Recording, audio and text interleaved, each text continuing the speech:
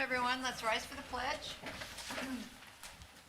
I pledge allegiance to the flag of the United States of America and to the republic for which it stands, one nation, under God, indivisible, with liberty and justice for all. All right, I'll call the meeting to order. Are there any changes to the agenda? Not that I'm aware of. All right, I need a motion to approve. I'll make the motion to approve the agenda. Okay, Ted moves. I'll second. Steve seconds. Any further discussion? All those in favor? Aye. Aye. Opposed? Motion carries. Okay, anyone for public input? Okay, consent agenda. Oh, you want public, come on up. Is there a piece of paper there if you just want to sign your name and your address, please, and then state it before you talk?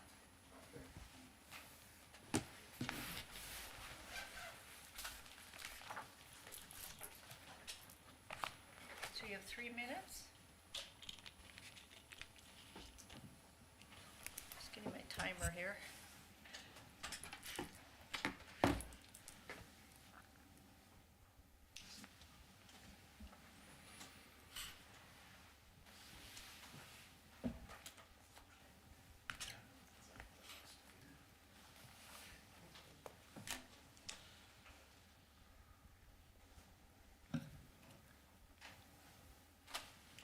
Yeah, Commissioners, my name's John Griebler, 18549 Ithaca Drive on Pickerel Lake. I'm here to talk about the Saline variance cup change that's being proposed for the RV park on Pickerel Lake. We're back picking at the scab that covers a sore that is an ill-conceived and poorly planned development. We shouldn't have to be doing this. That should be obvious. One concern I have is that since this is being phased and we don't know when the second phase is going to start, is for fire department access.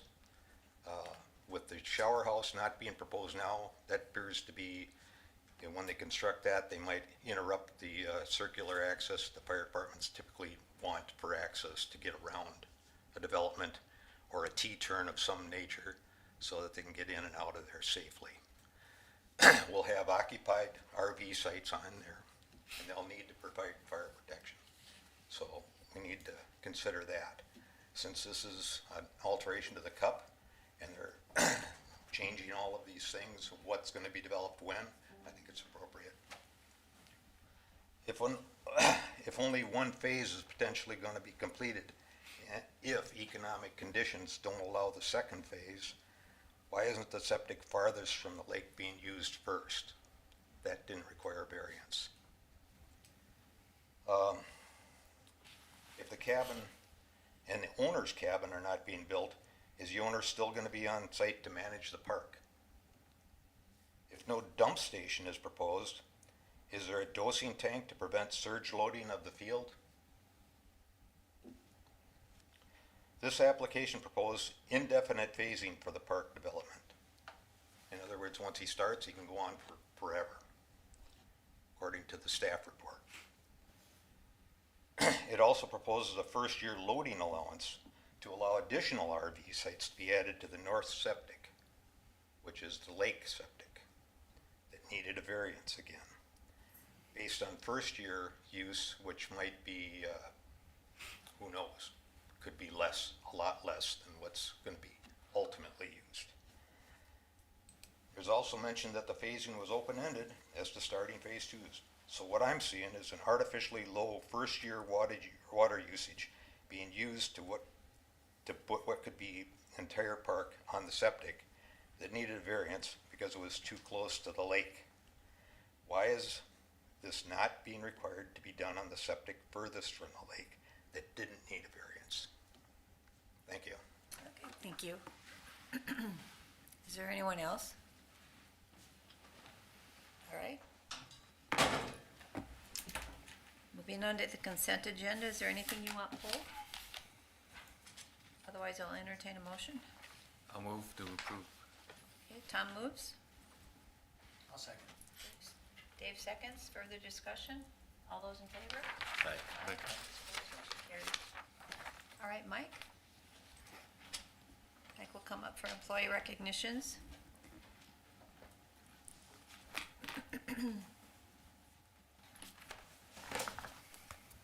Good morning. Morning. Before I do employee recognitions, I would just like to give a quick report on the Heartland Lakes Job and Career Fair that we were part of. Hubbard County had a table at the Heartland Lakes Job and Career Fair. There were 2 sessions. The first was for high school students and the later session was for adults.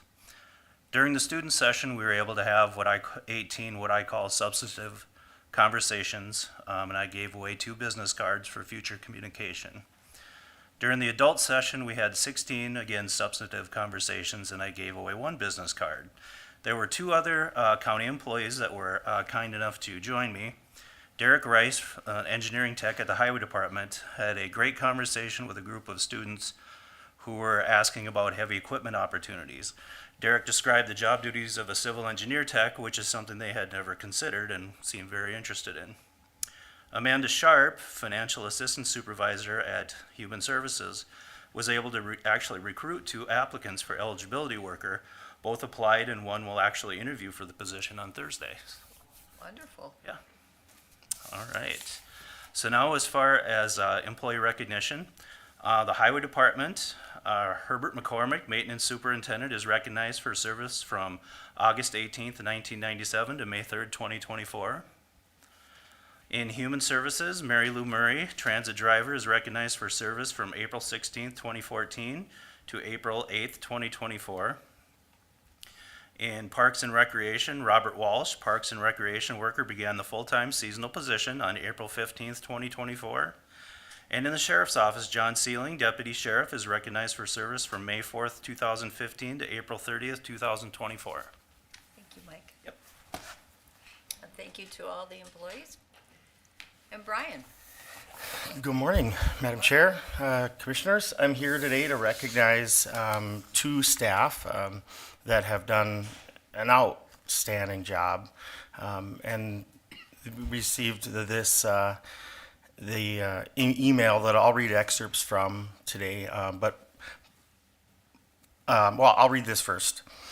So received this email regarding some work that Danielle, Dalton, and Leeza Branstrom were doing with a local daycare provider, which is really exceptional because we have a shortage of daycare providers, and so keeping the ones that we have and helping them to do their work is really significant for the community. So the email states, I wanted to share with you that Danielle and Leeza have been so helpful to me and have gone above and beyond their job duties to help me, guide me, and validate my worth as a daycare provider, which has in turn helped to validate my worth as a human being. I met Leeza through licensing process in August 2020, and I have never met Danielle, but have seen her speak at a childcare training and have talked with her on the phone.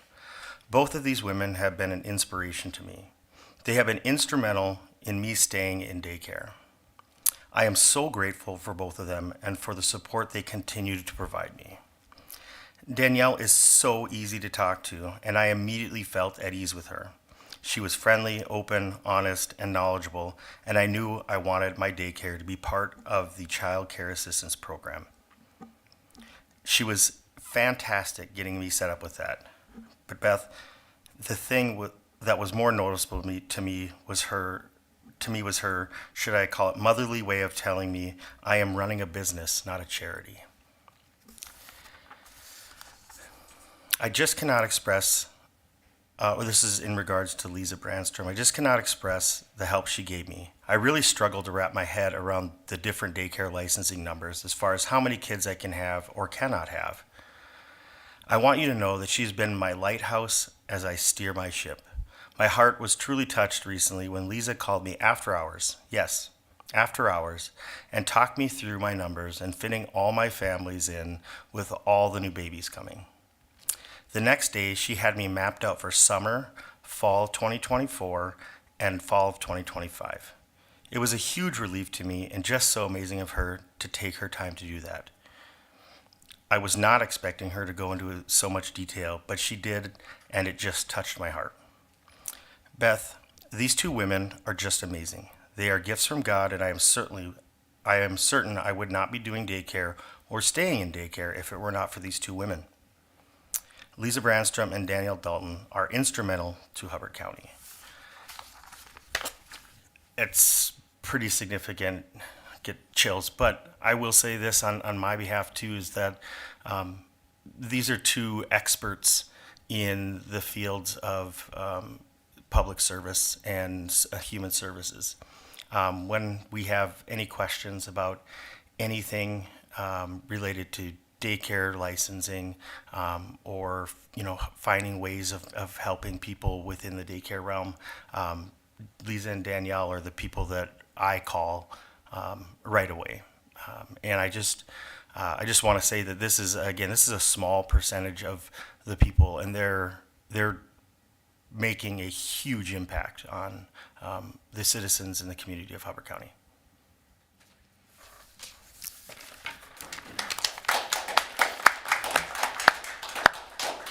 Leeza and Danielle, we have certificates for you.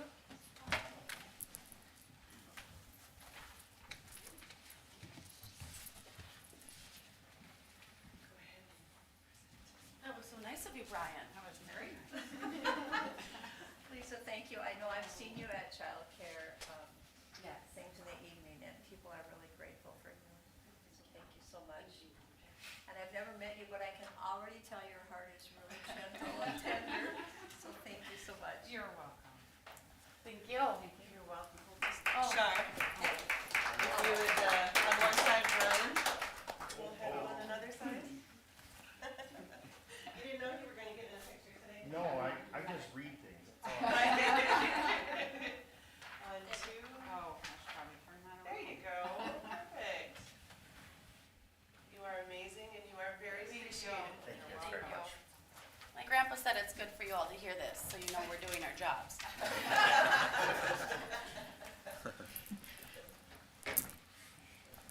It's fun to celebrate something.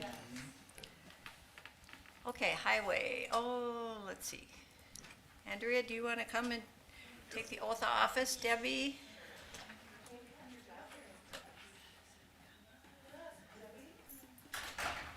So for the public, this is our new highway engineer, and she's going to take the oath of office. You, Andrea Wolski, do solemnly swear or affirm that you will support the Constitution of the United States and the Constitution of the State of Minnesota, and that you will faithfully discharge the duties of the office of Hubbard County Highway Engineer in the jurisdiction of Hubbard County, Minnesota, to the best of your judgment and ability? Thank you. Oh, Yeah. Quick and simple.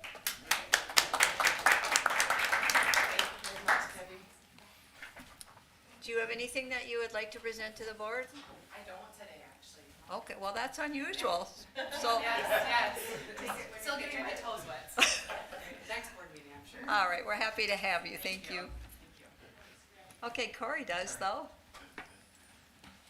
I'll probably take up her time for her. Yeah, your agenda's long. Probably not as exciting either, so.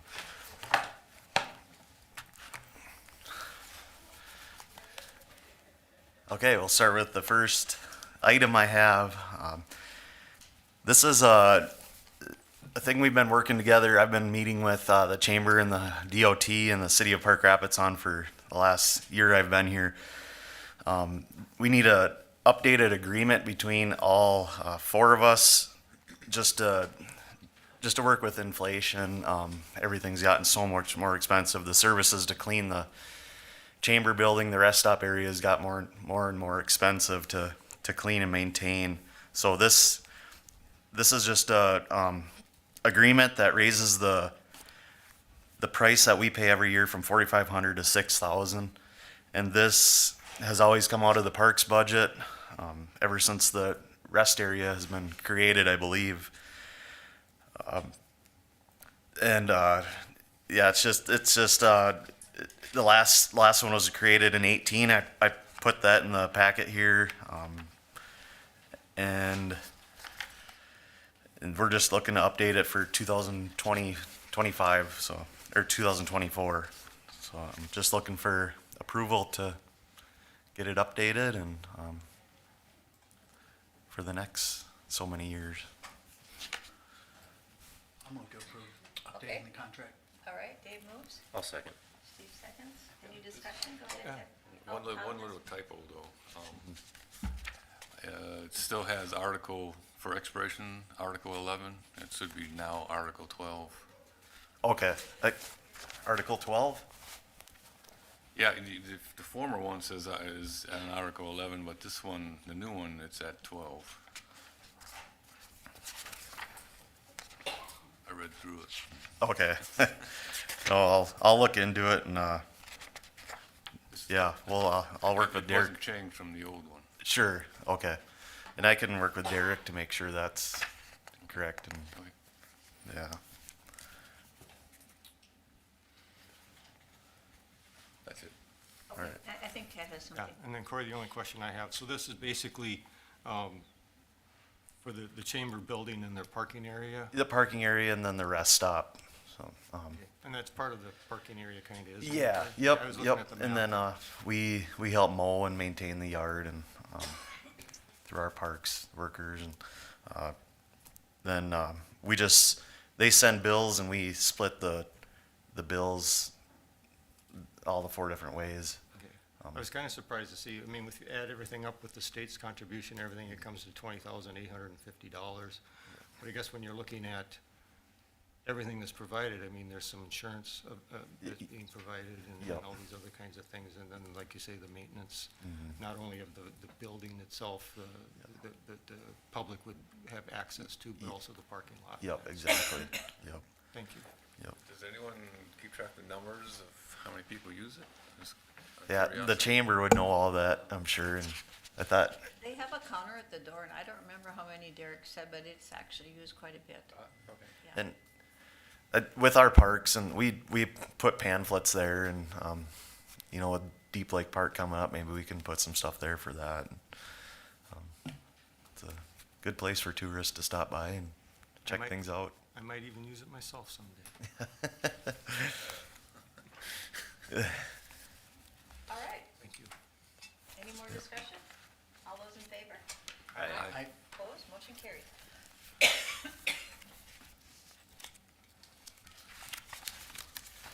And the chair is supposed to sign the back page, just Okay. to let you know. Okay.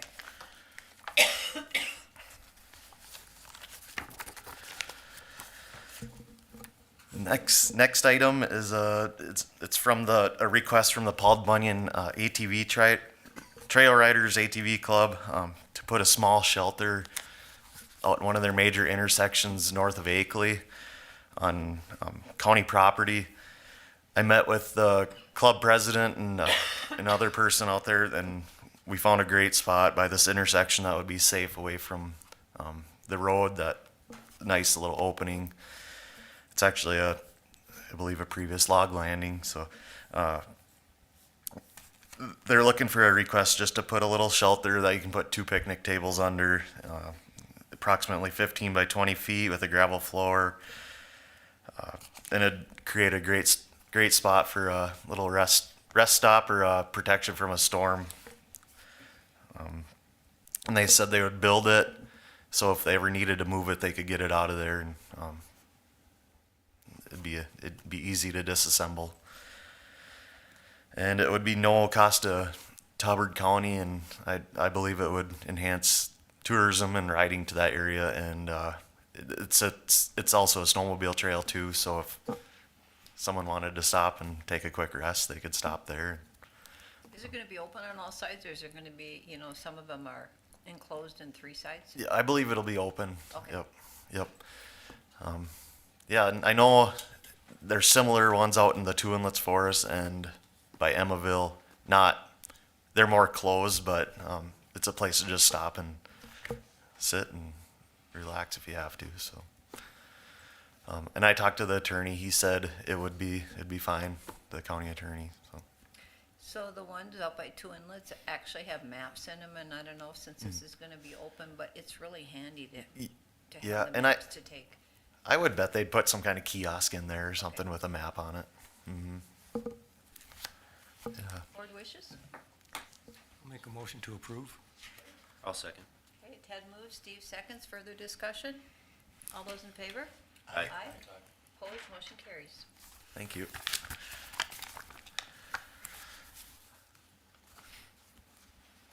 The next item is our grading contracts, to review and approve the low quotes for grading in the north end and south end of Hubbard County. The north end, we received two bids.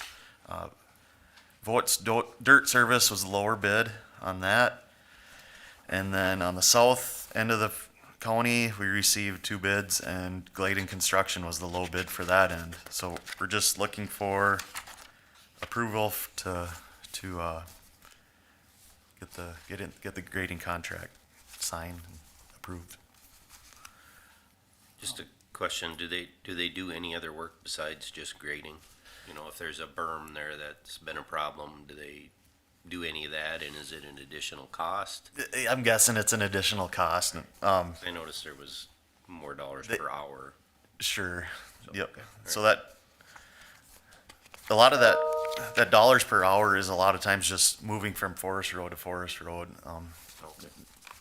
But yeah, if we need them to do something extra, we'll work with them. And I know some culverts poke out of the ground once in a while, so we'll have some gravel hauled there, and they'll smooth it out for us. Yeah. But they usually do a pretty good job, and we work with them when they start going. I'll move to approve the north low bid and the south low bid. I'll second. Steve seconds. Okay, Dave moves, Steve seconds. Further discussion? All those in favor? Aye. Opposed, motion carries.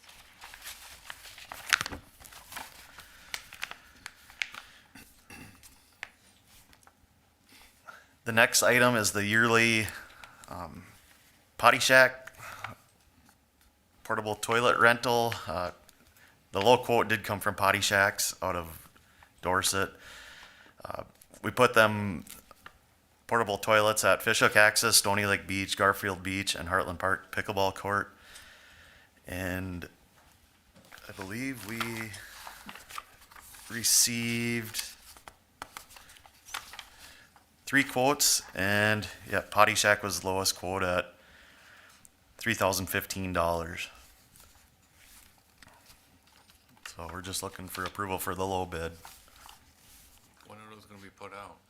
They should be put out here pretty quick. Oh, okay, 'cause I noticed it's on You- the Parks Board.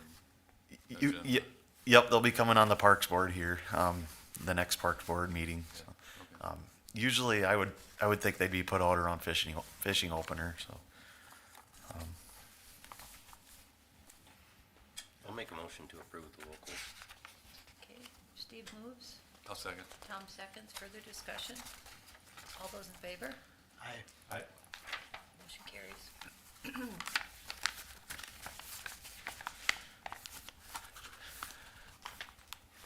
All right, this one's just a review of the land sale we had April 5th. Only 5 tracks out of the 15 tracks sold for $133,350. And the unsold tracks are now for sale over the counter. Have you had any interest? There's been a few calls, no purchases yet though. So we're just hoping that maybe if they don't sell by this summer, we can take them off and get them reappraised and maybe get a lower value so we can get rid of some of the ones that are kind of lingering around and we don't need to manage anymore. So I did talk to Eric, and that one parcel could be split into several, so if the board chooses to explore that down the line. yeah, I can talk to him. Yep. Yeah. So Do that, it has to be done by the EDA. Easiest to do it that way. Yeah. Easiest to do it that way. okay. Okay. I told Jeff I'm a better timber salesman than I am a land salesman. Hey, you did great. There's a good crowd. Yeah, it was a full house. Yeah, there's a lot going on trying to keep it all straight. All right, the next item is a review of the April 8th timber auction, which we did very well on. We sold 14 out of 14 tracks and sold for a bid up value of $483,593.76. This was 170,000 and $809.08 more than the appraised value. So we are seeing really good prices for timber right now in the county. And the timber sold for an average of $818.31 per acre, which is very well. And then just the next timber auction will be July 8th, and that'll be the third of the 4 timber auctions this year. So if it keeps that up, that's gonna be, more money for the Parks Board, Yep. plus the other areas where it's split up to? Yeah, yep. Township, schools, parks. Well, yeah. My ideas already for it? Before you go, Corey, Derek's here, and we did pass the contract, but we had a question. Do you have something else, or are you here for the No, contract? it was just the copy for signature. Okay, so, one of the questions we had is, how many people use that in a year? It's roughly 30 to 35,000 depending on the year. So we have pretty good traffic through there on an annual basis. Thanks. All right, do you want me to sign before you guys go? Yeah, maybe you want to sign his copy. Okay. Yep, thank you.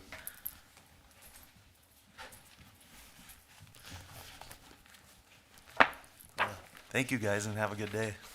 Is it the last page, or it's the fourth last. why'd you find it? Okay. Do we want to start with Josh, Yes, yep. since Jonathan's not here yet? Yep, so. this is Chamber the County, approach. okay.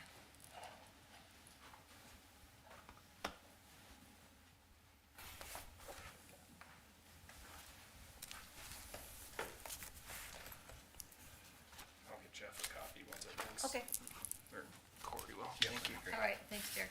Thanks, Corey. Yep, thank you. Thanks, Derek.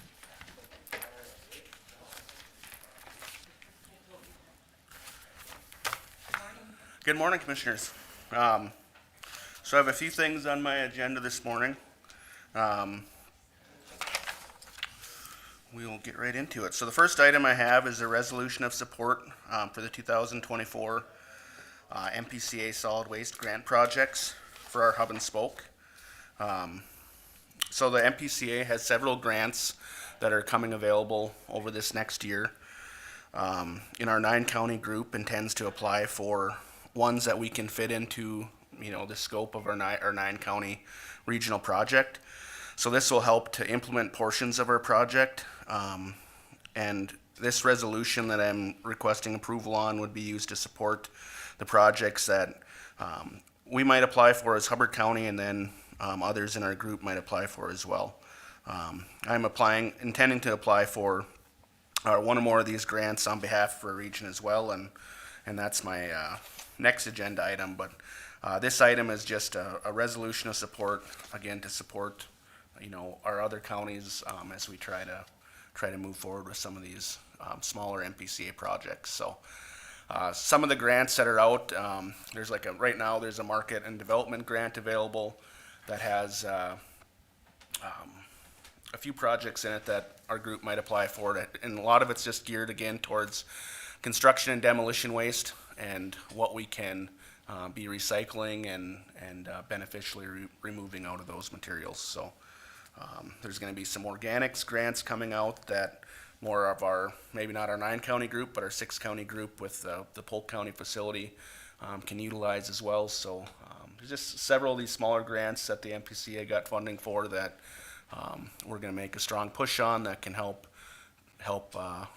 get us the infrastructure we need to support our programs. And these grants are grants that will be kind of will be sustainable whether we get the overall funding or not, and we can make them work now. So I'll make a motion to approve. Okay, Ted moves, I'll second. Steve seconds. Any further discussion? I just want to thank Josh for all the work that he does on these projects. I kind of feel that the state, the MPCA in particular, has kind of dropped the ball. They don't want to give any permits for any more landfills, and they're dragging their feet. And yet Josh and the other 8 counties that are involved in the 9-county project there are going above and beyond because they see that the state isn't getting things accomplished, and they're taking it upon themselves and getting something done. So I appreciate that. Thank you. Any other discussion?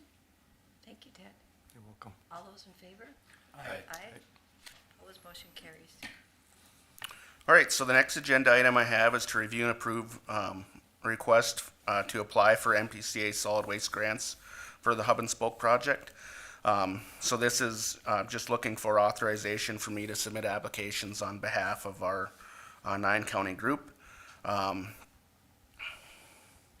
So some of these grant opportunities will be looking at having awards of $800,000 or more.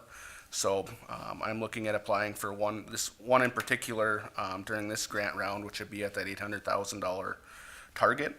A lot of these grants, this one included, will have a local match, typically either 20 or 25%. And any match requirement and any requirement of the county, if these grants would be approved, would be budgeted in 2020. My 2025 budget as part of my capital expenditures, and the operations costs would be budgeted and shared by the participating counties. And a lot of the operational costs are already costs that we're doing on a daily basis, so it wouldn't impact our budget that much. The biggest impact would be, building our 20% match into our capital project, which we can do in future years, and also really should help with these grants, help our program just be more sustainable, and our overall budget won't have a big impact, but will have a big impact on what we can recycle and pull out of the waste stream. So. Question again, and you answered it with the first one again, but if we get these grants and we spend this money, it's whether we get the larger 9-county project ever approved or not, this is still beneficial. Yeah, so we're trying to pull out the kind of the easier projects or projects that we can do now and sustain, even if we wouldn't get funding for a regional landfill and for our full regional concept. So these are projects that would make sense for us to be doing now, and have a benefit to us even without that overall state funding. So I'll move to approve. Okay, Dave moves, I'll second. Steve seconds. Any more discussion? Maybe one more question. You said 800,000, that you, Hubbard County is requesting? So that's not part of the whole hub, but it's not in, the 9-county region one? Some of the projects like this, the 800,000 one that we're applying for, might help us to be able to lower our overall project cost, but this is just for this specific grant. So, and I'll touch on kind of where our whole overall regional project is later here this morning too. But So that 20 to 25% match would be Hubbard County's matching then? yeah, would be the county's match, and then we'd kind of recover them dollars through what we charge for operation of the machine or whatever infrastructure we get. So just wanted to understand it correctly, right? Okay, all those in favor? Aye. Aye. Opposed, motion carries. all right, so the next item I have is just a few updates, really update related. There's no action required, but I wanted to provide a little bit of update on some legislative issues that are moving this session, and then also Jeff wanted me to touch on kind of our score update as well. So I'll kind of get into that a little bit. On the legislative items, I have a few different topics I'm going to be touching on, and then the score update just kind of describing our recycling numbers from last year, and then what that program kind of looks like, and putting some dollars and cents to that as well. So, so the first item with the legislative update, our Northwest Minnesota 9-county project. We did finally get our bills introduced last week for our specific bills for our 9-county project. So Senator Utke in the Senate and Representative Knutson moved them bills for us. And then several, and I think all of the legislators within our 9-county region also signed it on as co-authors. And we've had an opportunity to meet with a lot of them individually as well to kind of help show the importance of our projects. So the bill numbers are listed in the agenda packet, and kind of incorporates our overall project. So that again is the $84 million project with $61.5 million coming from hopefully from state funding dollars. So the targets that I'm hearing on with the legislation or legislators this session are between $800 and $980 million that they want to see for a bonding bill. And there's over $7 billion in requests from around the state. So, with our ask, it's not going to be easy, and, we got about a month left in session to see how it shakes out. We're continuing to meet as a group to see, by applying for some of these MPCA grants and looking at what we could possibly scale back if we're looking at if we could possibly get partial funding or, kind of trying to anticipate what's going to be coming these last few weeks with the legislative session. So, but it was great to have the support from Senator Utke and Representative Knutson in introducing our bills, and we'll see how they go over the last month here. So, is there any specific questions for that project? Or?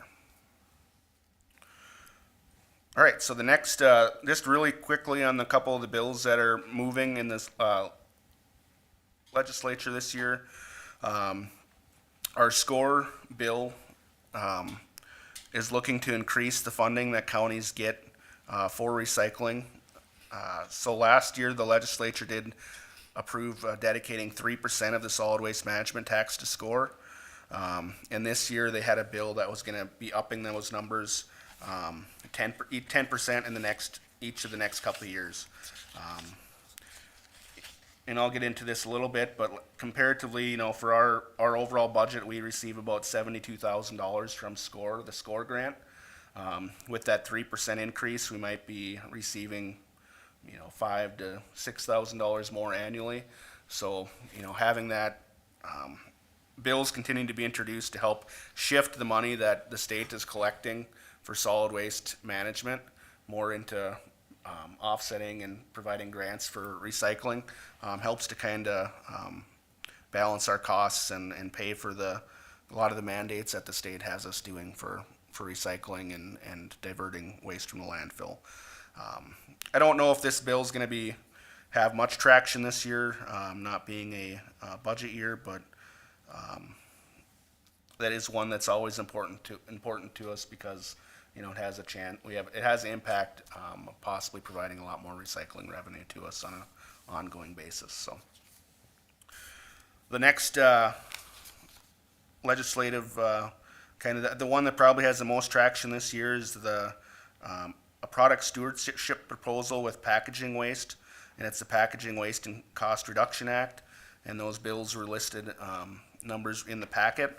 I haven't been too heavily involved or up to speed on this, but basically this bill is looking at all of the packaging that goes into products these days. A lot of it's not recycling and ends up in the waste stream. So this bill's specifically trying to target and help the producers of all this packaging material pay for the disposal or the recycling of that at the back end. And this might be included in the omnibus bill and is kind of the one that's probably gaining the most traction around the state. So if this bill went forward, this could help end up providing us some funding for our recycling programs and hopefully being able to divert more packaging material to get recycled instead of landfilled. But there are some challenges and issues and, some, agreement and disagreement on parts of this bill between counties and producers, so we'll see where that goes. But it's a bill that's been moving quite a bit this session. And then the other one I just wanted to highlight was the e-waste legislation.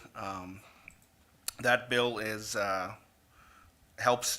seeking more funding for counties to be able to recycle and properly dispose of electronic waste. So We, you know, accept e-waste, electronics, TVs, computers, things like that from the public. And has, a lot of times has a pretty significant cost.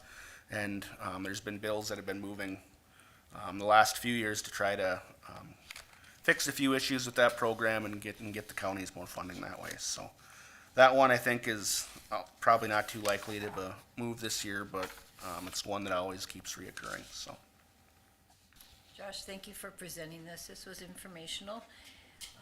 I've got two comments I'd like, well, the first comment is on the packaging bill. From what I've read, the people that are opposed to it it's because it would be state but not federal, and so Minnesota would have a different packaging standard than the rest of the states, and they think that would be a problem.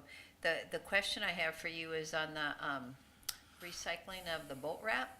I had read that the average boat takes 2,000, equivalent to 2,000 plastic bags.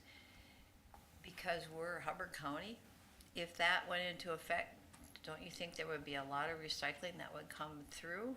Because there's a lot of boats wrapped around here. Yeah, and actually, I mean, we actually have been already pulling out boat wrap Have you and really? recycling it. It's just, Okay. the problem is, and what I think, you know, some of this bill can help is with a lot of the plastic films, there's just, a lot of times there's no market for that material. So right now, we've been sitting on boat wrap for a year or two because our market dried up trying to find a new place to be able to ship it and recycle it. So I think some of the things this bill could help with would be to help building the end markets too, to have a place to recycle, you know, your plastic films and things like that. But we do collect boat wrap from, you know, the area, That's wonderful. marinas and stuff. It's just challenging to always get rid of it, so to You recycle just have a it. big So. mound? Or do you We bail it? we bail it, so we have, Okay.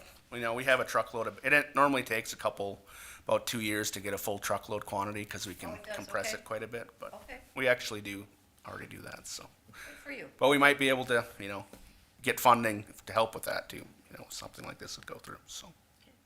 Any other questions for Josh or comments?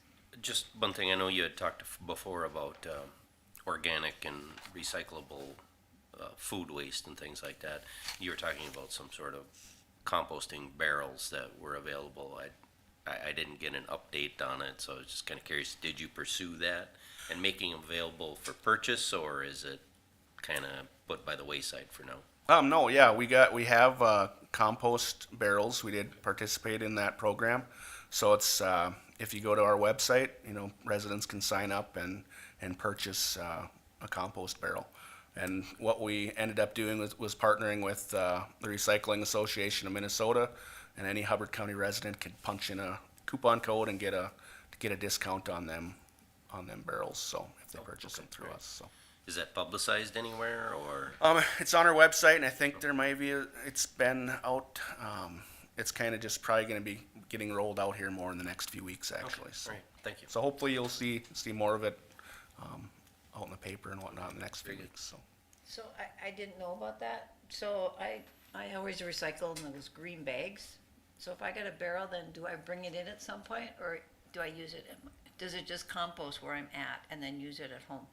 How does that work? So the barrel is just, you know, kind of maybe to supplement that, or if people want to, you know, maybe do the barrel instead. But pretty much you'd be able to purchase a barrel and then do your own composting at home. Okay. But you know, there's certain materials that you might not want to compost in your backyard compost barrel that you'd still want to bring into our facility. So. All right, I think Jonathan's here, so we can enter into the closed session? Yep.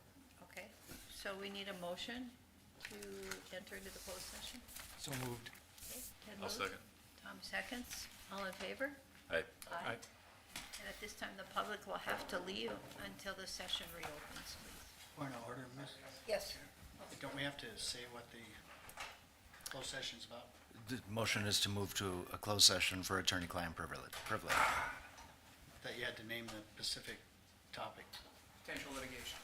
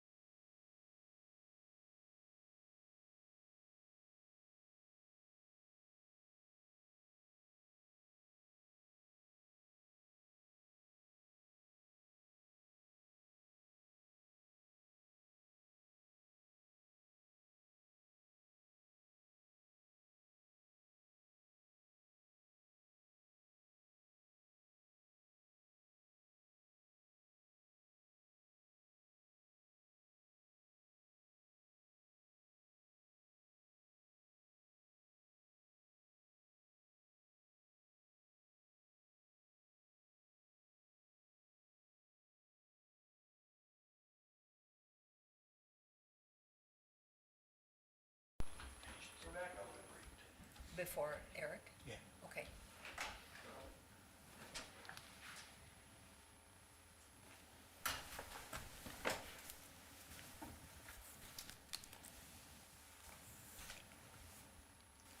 Are you up and running, Jeff? Yes, we're back Okay. on. All right, so we're back into open session.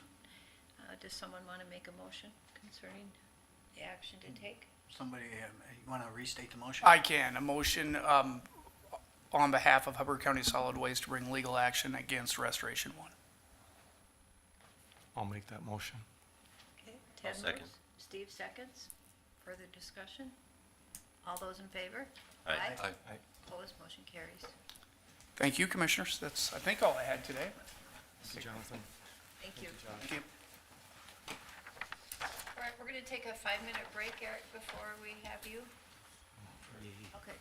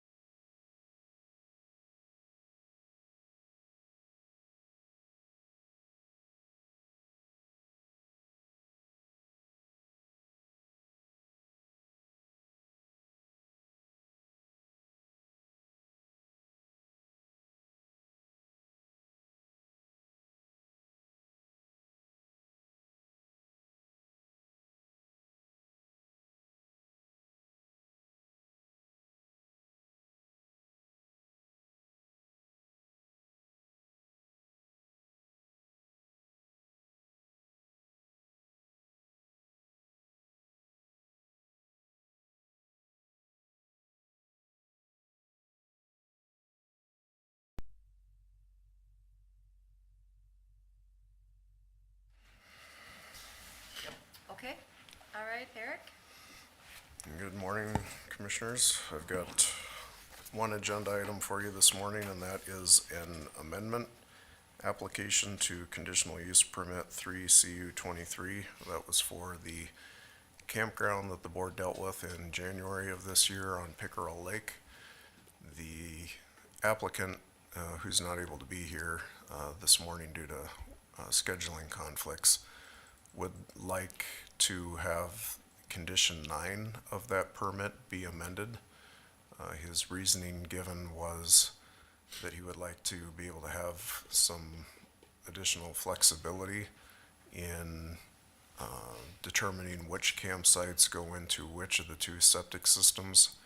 And kind of the background to that is the state septic rules require an initial campground system to be designed to have 100 gallons per day of flow assigned to each campsite. But then if you are able to collect annual water usage data along with the occupancy of the campsites to ascertain what the actual water usage is per campsite, if you get that documentation in place, and that would show that the average campsite gallons per day usage falls below that 100 gallons initial design flow, then you could add to that system using the actual water usage data as opposed to the 100 gallon a day design flow data. So with the initial condition, he was required to have both of the 2 proposed septic systems fully installed and pass inspection before he could get the operating permit for the conditional use to begin. And so what he's requested is that that condition be modified so that he would have the ability to commence operation with roughly a half of the campground, put in one of the 2 septic systems, gather that water usage data for the first operating season, and then potentially make adjustments as to what other campsites would be able to be brought onto that system if, actual water usage provides additional margin in that system versus what the design flow would allow. So it went to the Planning Commission, who seemed to be open to his request for flexibility, but then in the amended condition for condition 9 that the Planning Commission ended up recommending to the board, it's pretty specific as far as specifying exactly which campsites can go into which system. So even though it seemed that their desire was to give the flexibility, the condition as worded really didn't seem to achieve that. So I came up with another draft for the board's consideration that's in the board packet that would allow the operating permit to be obtained before the use commences, and then just specifies that any generation of sewage would require that go into an appropriate septic system before that sewage generation can commence. So that is the summary of the application, and with an amendment, the board can say yes or no to it. If you say no, then the permit as originally issued in January would continue to be in place, and if you would be open to amending the condition, it's up to the board as to what you would want that amended condition to have for language. And then in terms of findings of fact, we don't use the standard findings of fact conditions used for an initial permit, but rather you would simply list your reasons for whatever change you might make to that condition. And that could be as many or as little reasons as you feel are appropriate. Eric, have you dealt with other CUPs that have come and asked for changes to the septic prior to opening? Not that I can recall. I can think of some that have known of the state septic rule requirements, and so they weren't in shoreland areas, but they started out with a portion of their campground, are collecting that data with the intent then of hopefully being able to have a reduced size of expanded drain field septic tank capacity that they would need when they would enlarge and add those additional sites. Personally, I don't have an objection to what Mr. Soline is requesting to do. If anything, getting sites that were initially proposed to not have full sewer hookup be able to be turned into full sewer hookup to me is a positive, because then we know exactly where that effluent's going, as opposing to having to hope that it goes into a dump station somewhere. The part I don't know is with the topography out there, that may play the biggest factor as to how many dry sites, as initially proposed, could potentially be brought on to one or the other of the two planned septic systems. So when you measure the flow rate, where is that generally done at? The water supply? It can be there, or it can be, there are ways that you can track that on the septic system itself with, like if they've got a pump with a lift station, which these would, you can have the event counter read, and that doses a certain volume every time the pump is triggered, so you can figure out flow rate that way. Otherwise, with this one, you've got a central well planned, and as long as he's good about making sure that the meter would be only servicing the water lines to the sites as opposed to not being used for like irrigation or anything, Right. then the water meter on the water supply line can work. Well, if he uses it for anything, if you do the water supply, you use it for anything but the campsites, that would be detrimental to his Right, it would be, effort anyhow. right, so it would be in his interest to not have it being used for irrigation or. So the concern I have is, how much of this is gonna be built out to determine that flow rate? You really almost need to build out a significant portion of it so that you can get reliable data. If you build one campsite says it's only using 25 gallons per day.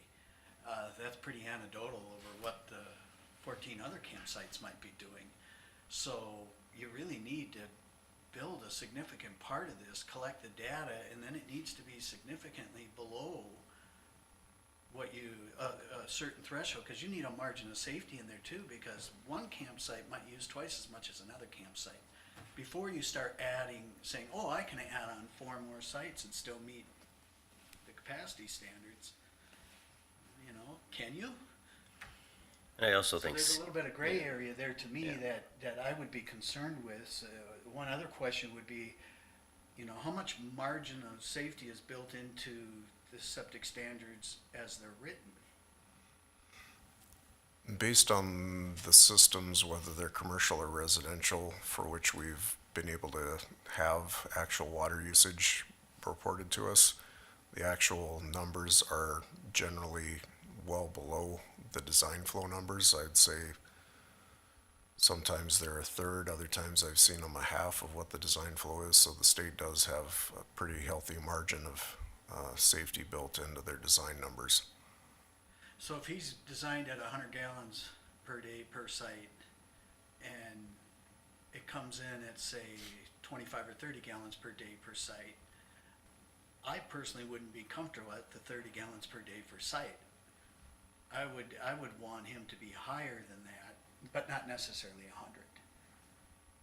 Just because I don't know what's going to happen for sure on each one. I said there's got to be a margin in there,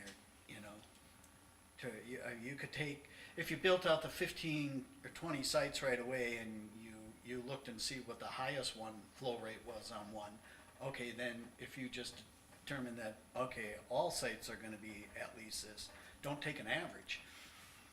Yeah, You so. have to take the highest. Yeah, the way the rule is worded, it requires that we have the full season's data, and then we look for the consecutive 7-day period where the water usage is the highest, and then that is the week that we average for the daily rate to determine what that would be. So the state is trying to Yeah, do that. factor what you're saying in to that allowance. But he really wouldn't be able to give you sound data until it's built out quite significantly. And what is that magic number? And All the proposed RV sites that are going to be on septic one being built out, and then we'll entertain collecting the data and looking at it? yeah, good point, and the rule doesn't give any guidance as to what a magic percentage of the whole might be. And And it- I guess yeah. that's the way I would look at it. I would want that first set of RV pads being fully built out and serving into septic one, and then a year's worth of flow data before he goes and starts to add any dry sites on there, so we know we're correct. Which, that would make sense based on his phasing approach anyhow. Why wouldn't you want that done first before you spend money adding more? But then I think you could count on the data being relatively accurate and making a decent decision, as long as it doesn't affect the design criteria of the septic system, and it meets all the requirements of the ordinance and state septic rules. Whether those dry sites become part of whichever tank doesn't bother me so much, as long as the data is sound and we know that we're not all of a sudden gonna add some stuff and then be over capacity. Steve? Yeah, like a seasonal site, somebody comes in for the whole summer with a large RV, they're gonna use a lot more water than somebody that comes for 4 days a month. So that's gonna impact it as well, cause they're gonna be living there, basically. And it's just that's more of a household use type of water, rather than, oh, I'm just gonna use minimal amount of water so that I don't fill up my tank or whatever before I go dump. But if there isn't gonna be a dump station, then that kinda changes the aspect of that too. But my thought is, the conditional use, it took a long time to get this far. I think everything should have been researched properly and fully, which I think in most cases it was. But why are we looking at changing a conditional use permit? If I go in and get a conditional use permit, I'm gonna do everything to the letter as close as possible for that conditional use permit without any changes to it or amendments to it, so that I can be sure that I am doing what's right and the contractor who's working for me is doing what's right and I'm doing what's right for the environment. So I'm really not in favor of making any changes to the conditional use. I would just leave it as is, and both septics need to be in place before anything's allowed to be permitted. The use is allowed to start. My thoughts are, is that, I think maybe he should define what these phases are. I can understand for economic reasons that he can't do the whole thing all at one time, but those stages ought to be defined, maybe not as far as time goes, because we don't know how markets will go and everything. The economy goes up and down, but at least have the phases defined, and then open to when they can complete each phase. So if phase one would be a certain number of campgrounds with one septic, well then that would be phase one, and then phase two would be completing the rest, or something like that. Or even have a third phase of installing his residence. But I think he should have put these things in the defined phases to begin with, and then we wouldn't be here with this.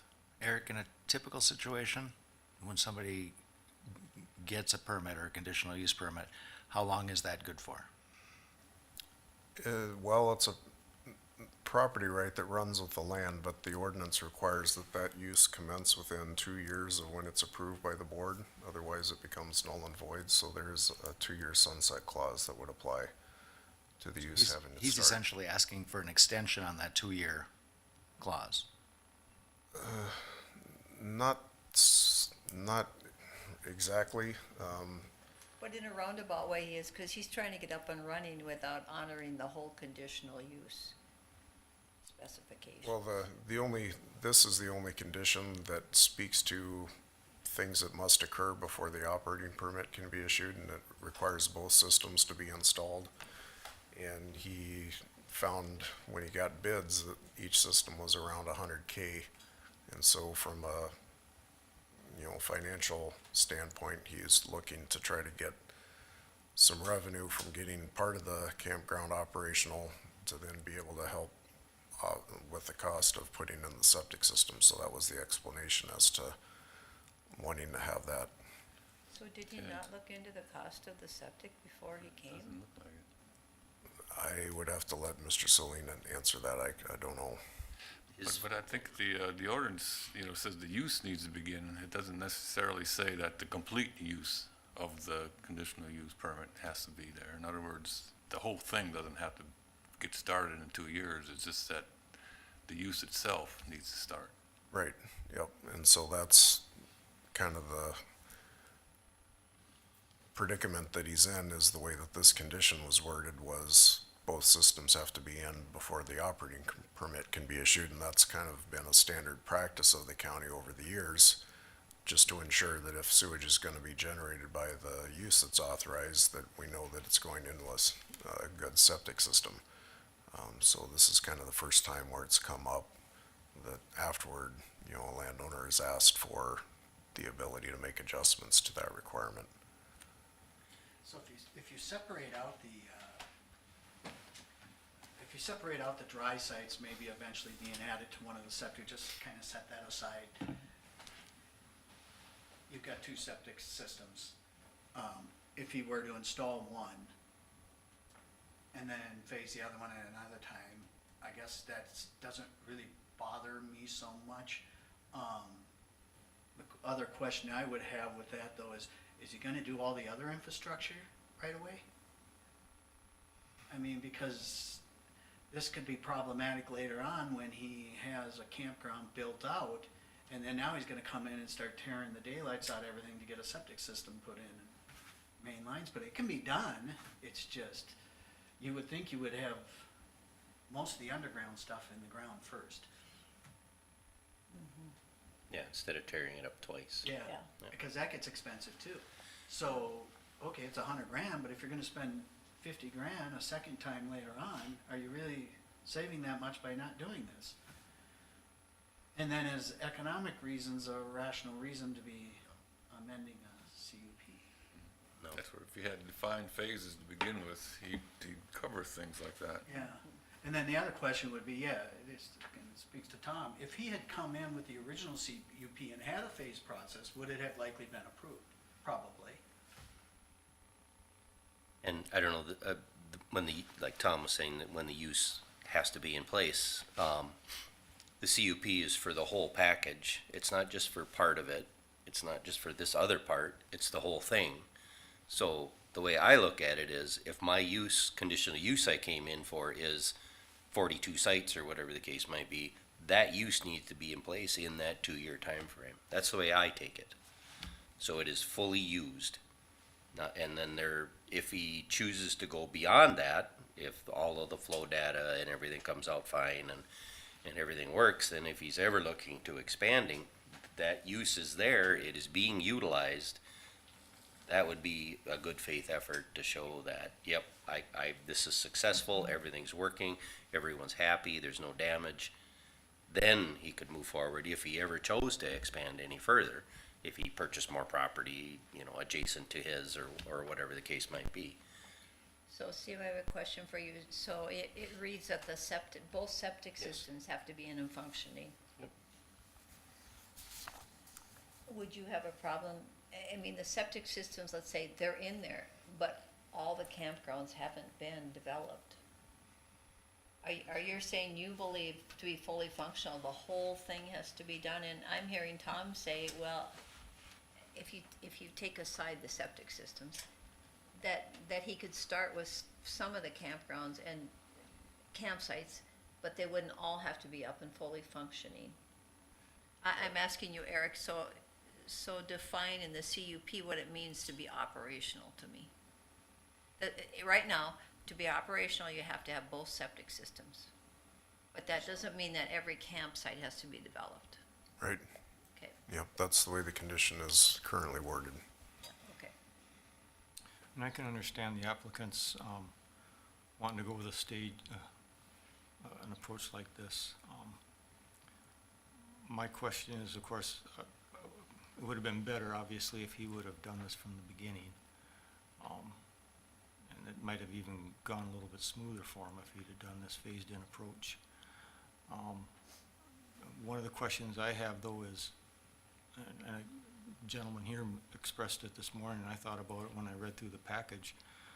I would prefer to see the septic system that is farthest away from the lake developed first, because say if this isn't successful, now instead of having a septic system that looks to be pretty close to the setback, now would be quite a bit more distance from the lake, which, you know, if there's any, who knows what's gonna happen years down the road if that system will fail, number one, that's right by the lake. But if it was the other system that's on the south end of the property, and that happens to fail, you know, in sometime in the future, I think that would be better for the lake. But yeah, going back into the phased approach, I guess the applicant always has the possibility of reapplying for a conditional use permit and approach it that way. To answer one of your questions, I think, and Eric, you could clarify this, but I think all those dry sites, I think the topography would prohibit you from connecting it to septic 2, is why he's proposing septic 1. Because it would be an uphill jaunt before it goes back downhill again. Is that right? I'd have to look at it, but that sounds, yeah. Yeah, because I thought somebody brought that up in the original CUP, and Mr. Johnson had stated it would constitute an entire redesign of the whole system to do that. Yeah, and as far as using the north system first, I think that's just due to that's where the bulk of the you know, if you call it prime portion of the campground would be located. So what is his plan for a dump station then, if he's not gonna construct one and he's gonna have the campers? My best understanding is if the actual flow data would allow him to put more of the dry sites into a septic system, then he wouldn't have the need for the dump station. So I think he's wanting to wait to see what that data shows and then make that decision. So I don't know that he's said for sure that he doesn't want to do the dump station, but it's, you know, just trying to keep all available options open at the moment. And outside of the fact that this is a CUP and what was approved, the flow rate thing isn't a secondary option that would be completely compliant if the data shows he would be able to do that. You know, because it's in a CUP though, we can say yay or nay, but anybody else that had a septic system and had a permit to put one in, if they had flow data that supported this, they could add more to it.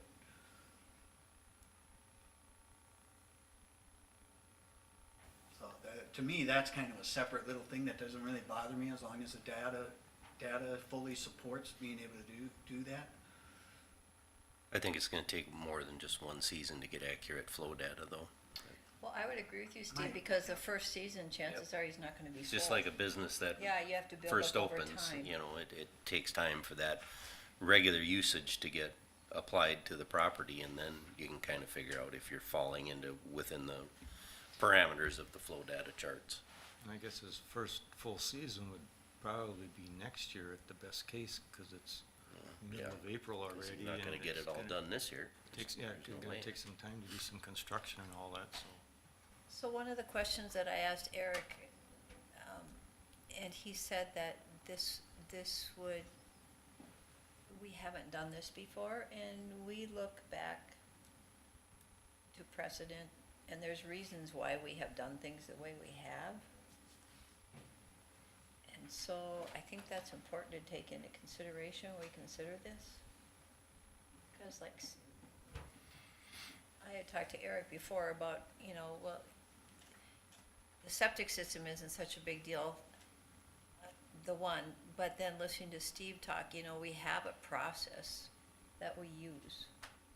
And we're expecting the applicants to come prepared for whatever they are asking. And I don't ever remember, even when I was on the BOA board, using economic as a factor. The finding of facts, I don't ever remember us using that. Well, in developing something like this, and even the schools with their school building, the county with our thing we're doing here, we're doing it in phases for economic reasons. I can understand that for a business as well. I can too, but he didn't present He it that didn't do way. it, but that's where I would be open to him going back and coming up with these defined phases. And then, Oh, and then then coming seek, back. then seek the, an amendment. Okay. He's not, I think he's not ready right now. So Yeah, I can again, see if you that, take, Tom. if you take the dry campsites then and you take that part of him wanting to hook that up later, take that out of the equation. If he builds the septic systems the way he proposed, and he does it in 2 phases, I guess I'm really not bothered by the fact as long as he built the way he said he was. Then later on, if he wants to come back after they're built and wants to add some dry sites to one, and the flow rate says that this works, not a problem, I wouldn't have a problem with that either. But I think Tom is asking for documentation Documentation. about all that. Exactly what it's gonna be. So we have a map to go by. I would still like to see the south system utilized rather than the north system. I just think there's less risk. There might be more financial obligation involved in getting the south system up and running and utilizing for all of those sites. But in my opinion, I think it's a better option, just for the protection of the environment of itself. What were the reasons for the north system getting a variance? That was because the drain fields were within the 150-foot setback from the lake. And the other one was It does go, the land the does go topography. up, so it would have to be pumped up. due to the topography largely as well. The ordinance has a provision that says the septic system must be centralized, and so the other part to that variance was to allow 2 separate septic systems rather than 1 to service the campground. I'm guessing, looking at the map on the screen, that this is what he's proposing to do first, although he hasn't identified that. And this north site is about 20 feet lower than the south site. Things run downhill. So, Is it board consensus we're not comfortable with what he's presenting? And so going along with our discussion, if he's interested, he can come back with further documentation, is that what you're saying, Tom? And so that we have a definite plan? A definite plan, and his phase is defined. And a To me. timeline, Pardon? and a timeline, or? Well, not a timeline. I've seen the economy tank and businesses had to hold off on development, things like that. And sometimes we don't know those kind of things. So a timeline, to me, would be a difficult one. Haven't been there myself. I mean, I've had my development. I mean, we were selling some units, and all of a sudden 2008 market crash come, and we went 4 years without selling anything, and we just had to, I'm so thankful that we put it into our conditional use permit where I can still operate a resort there while we were going. If I didn't do that, I would have lost the whole thing. So you don't know how the economy's gonna go. Yeah, and condition 9, as you proposed it, is, really doesn't define it as well as Commissioner Kruger, I think, would like it.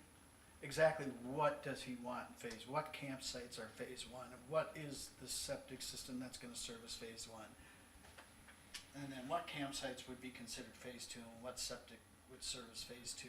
And then a third would be the dry sites being considered to be added to one of the sites. That's what I'd like to see too. And And it's did you- defined.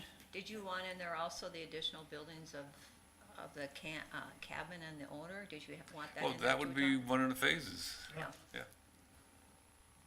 And you could do that in condition 9, but he would have to, you'd want him to agree to it instead of us just writing it. so the primary condition is there has to be a septic treatment before you can develop and begin operating this as a campground, basically, right? And this doesn't change that. He's just asking that the current condition that requires both septic systems allow some flexibility.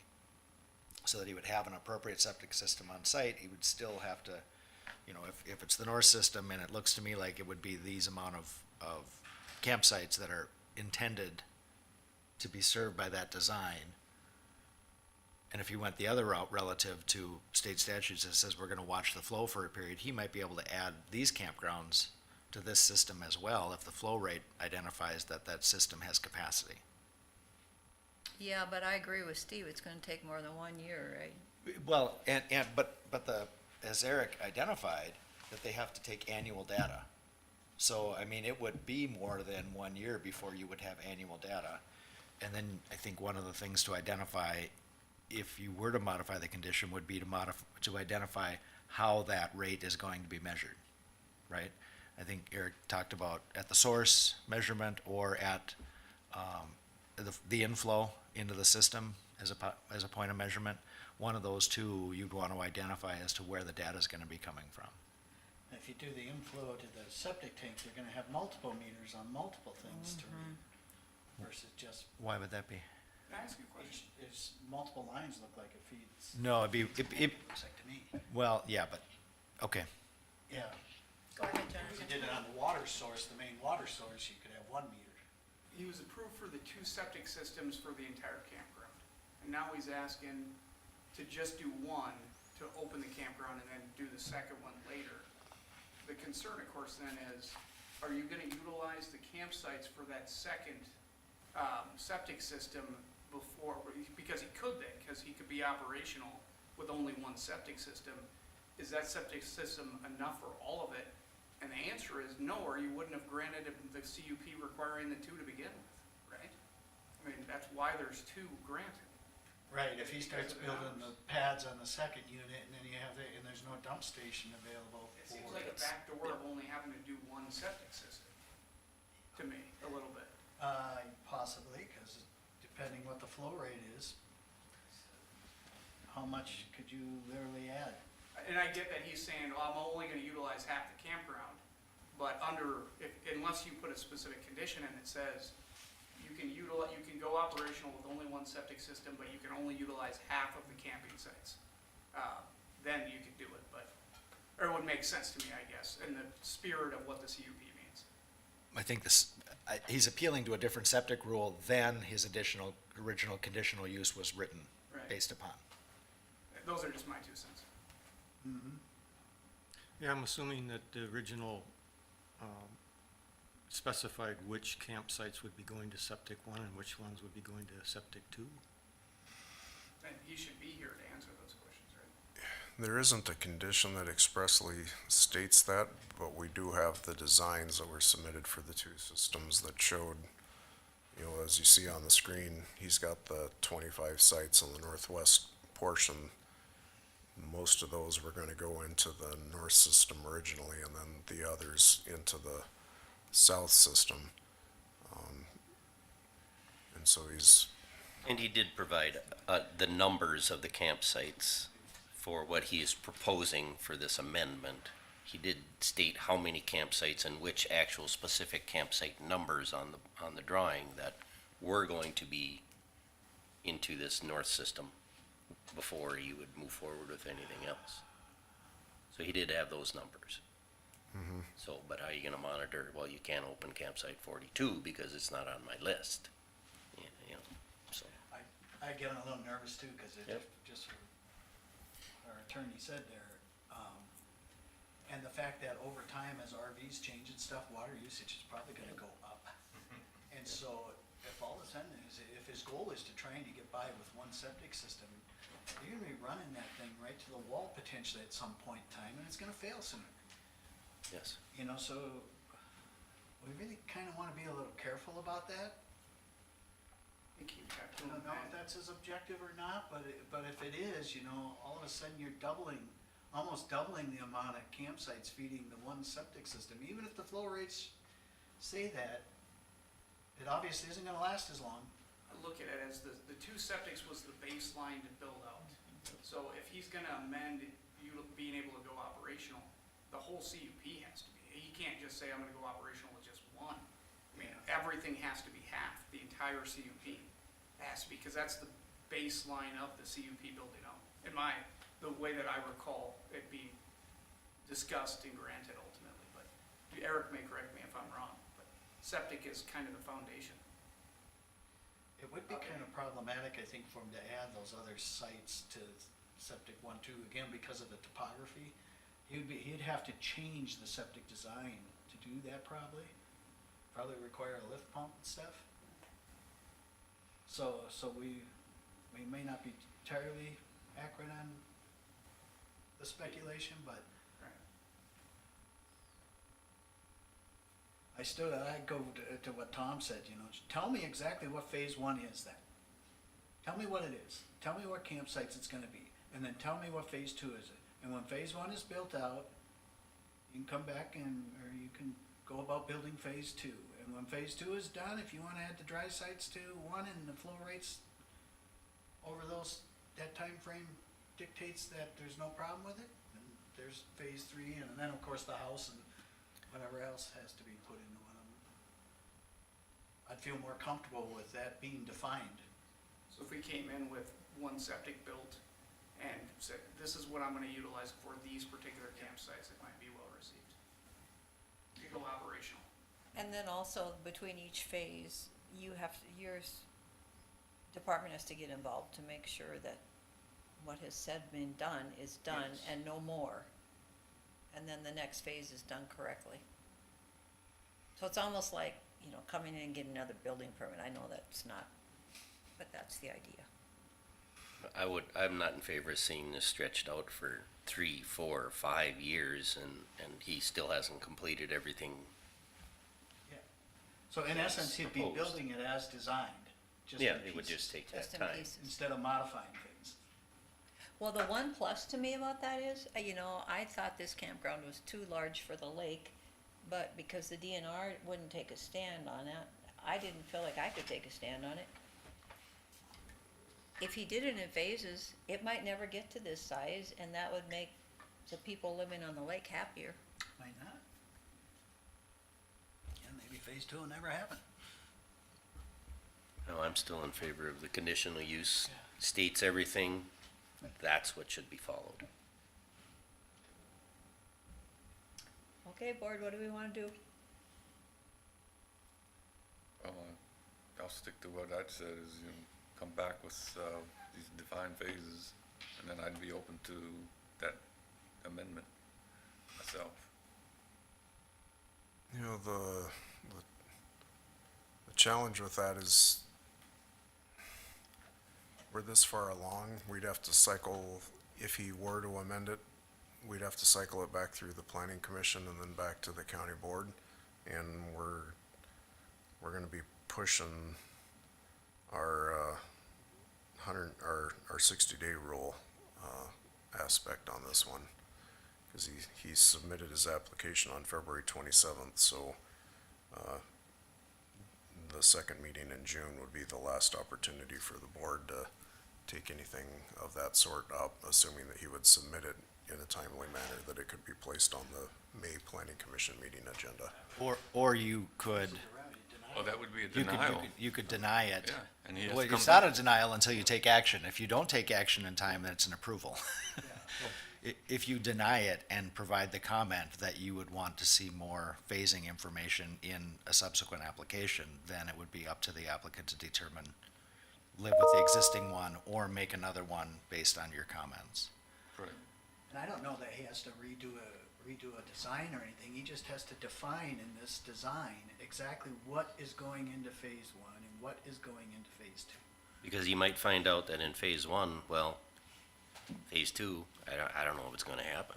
You know, you might not have the usage that, you know, As he I has it know. here, so. if that's the case, then that's easy enough, but That's why I like the phase, cause it might be actually more environmentally friendly. Yeah, I don't like the idea of keeping it open to where, well, let's find out what the flow rate's gonna be. You know, that's too Right. iffy to me. prefer to deal with that separately when he gets it built. Ted? Yeah, I think we should deny it and let him come back with a better plan. Of course, if you deny this amendment, that means he can continue with the original conditional use. Yep. Yes. And if he wants another approach, he just needs to define it. Well, I'll make the motion. Go back to the planning commission and define it better. Go ahead. Steve. I'll make the motion to deny it. Okay. I'd like to have in that motion the reason, I mean, or what's your motion though? The motion is to deny the amendment as written, and I guess move forward.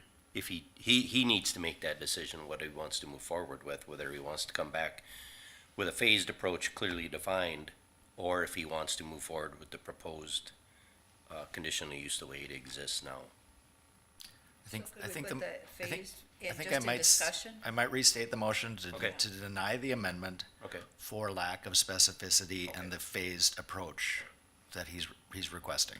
Yeah. Okay, if that's in there, I can second it then. Okay. And then that could be the condition, or if you have other reasons for making that motion to deny, we'd want to have those be stated as the findings of fact to support that motion. So if there's other reasons for, it could be a finding, but we would want to have at least one to support the So motion. one would be lack of specificity and phasing. Second might be easily having not identified the proposed flow rate or the mechanism for capturing the flow rate. Or the use of the cell system. And then we weren't real clear on when he planned on building the house, or is he doing the showers, yes or no, there's ambiguity Is he gonna there. do the dump station? When will that be done? There's just not enough clarity. And I would like the gentleman in the audience said, if he could explore using the second site versus The south the south site. site versus the north site. Because it may be, it may not be simple. We all know that it flows downhill, but you might have to, if in system one, he has to have a pump station to use that, well, then you're gonna probably need a pump station to use septic two. And then if in the future he wanted to install the north system to accommodate all this, yeah, he's gonna have to reduce some plumbing. But then the septic two would already be there to expand the rest of his operations. The other thing I'm afraid to do is don't want to get, the planning commission has heard this and done this, I think our original motion and the lack of specificity is the right way to go. But the planning commission's job is to vet exactly as you said, Ted, how this would look, can we feed number two or not? They should be determining that. And maybe they have. Yeah, my take of the planning commission was that they were more open to allowing him a fair amount of flexibility in figuring out how to make the campground work in the future. The problem is that if you granted the amendment, he could open with one septic for the full campground. And that was never anticipated. No, I don't think that's the case. No? No, It's he would not, specifically- he would not be able to overbuild the septic system. He would still only be able to build to the capacity of that system. Okay. So So it's just instead of as a clarification, so- he wouldn't be able to build the whole thing and overfeed one I system. guess the better way to say it then is that it was agreed to, the number of rental spaces was agreed to based on two septics. If you approved it, he could run max flow rate for however many it is, but that was never contemplated at the original CUP, right? It was contemplated that there would be two, and that would cover these Right. So campsites. clarification, Eric, if the design shows he's gonna put these 25 camper units on the north system, and I'm not sure that that's what it is, but the simplified bubble shows that, he would have to build that and then have a year's worth of data testing the flow before he could add anything else to it per state rules. Okay, so that's Okay. built into the amendment right now, that's good. So that's included in the septic permit. Fair enough. Yep, so he wouldn't be able to build more than that until he had data to show the flow rate meant that he could add other things to that site. The problem with that is if the flow rate dictated that he could add more to it and he could get by with one septic system, if you went through this CUP process again, would the planning commission have approved it onto septic one, or would they require him to do a redesign of the septic system and have it feed septic two? There's a lot of unknown. That's the dilemma, because obviously feeding septic two would be more environmentally friendly. And so the conditions would change to the point where people might have looked at it differently. Well, Definitely. The supposition that the south system is more environmentally friendly than the north system is kind of inaccurate as well, because the requirements for building that system wouldn't allow it to be put there if the ground wasn't capable of supporting that there. The only variance was for the setback amount, and the variance is based on the fact that the ground conditions are suitable for that planned device, correct? I mean, they couldn't put it there if there was a thought that it wasn't gonna have the capacity and the ability to leach that out.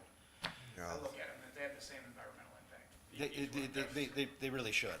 So the question at the one that's closer, the only thing that's different is the variance that allowed it to be closer to the lake shore than the other one.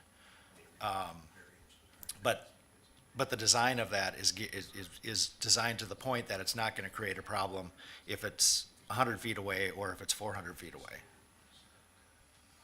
And I get that people have a preference, and there's a kind of an easy to understand, putting a septic system closer to the lake is not as good as putting it further away from the lake, but the soil conditions may actually say that the north side is more suitable.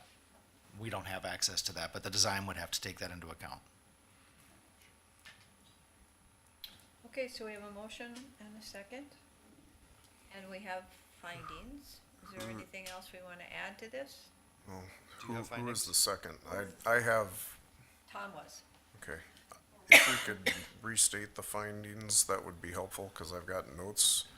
So I think the first finding was Lack of specificity. lack of specificity in the phasing and the intended development. And then I heard different The things for the second one that I additional mentioned was relative to if they're intending to use, the flow rate as an ability to determine if they can add to one or the other of the sites. They haven't specifically added how they're gonna measure that, where they're gonna measure that. And what the requirements are. I mean, you'd want the entire area feeding septic one built out before you start measuring. Yeah, and fully in use.